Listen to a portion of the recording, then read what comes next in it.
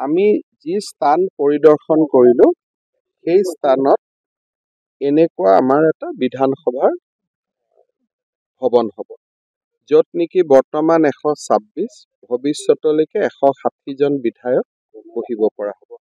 আৰু এই দুটা আমাৰ MLA সকলৰ হোষ্টেল হ'ব, ছিংগল ৰুম হোষ্টেল। বাহিৰত এটা বহিব পৰা ৰুম, এটা ডাঙৰ বেডৰুম আৰু এটা কিটচেন। একেবাৰে সৰুকৈ 800 স্কুৱেৰ ফিট এৰিয়াৰ এজন MLA এজন থাকিব, 800 বা 1000, বৰ বেছি তেওঁলোকে নাথাকিব। আৰু এইটো এটা ডাঙৰ বিধানসভাৰ ভৱন হ'ব। ড্ৰয়িংটো আৰু অলপ আমি ঠিক কৰি আছোঁ। মে' মাহৰ ভিতৰত বিধানসভাৰ ভৱন আৰু গোটেই আৱাসটোৰ আমি টেণ্ডাৰ কৰিম। মই ভাবোঁ যে আগষ্ট-ছেপ্টেম্বৰ মাহৰ পৰা আমি ভৱন নিৰ্মাণৰ কাম হাতত ল'ব পাৰিম।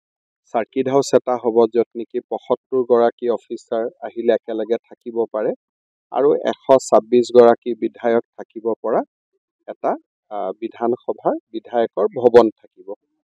এই গোটেইখিনি হ'লে বছৰত আমাৰ 4খন বিধানসভা হয়। 2খন বিধানসভা আমি ডিব্ৰুগড়ত কৰিব পাৰিম আৰু 2খন বিধানসভা আমি গুৱাহাটীত কৰিব পাৰিম।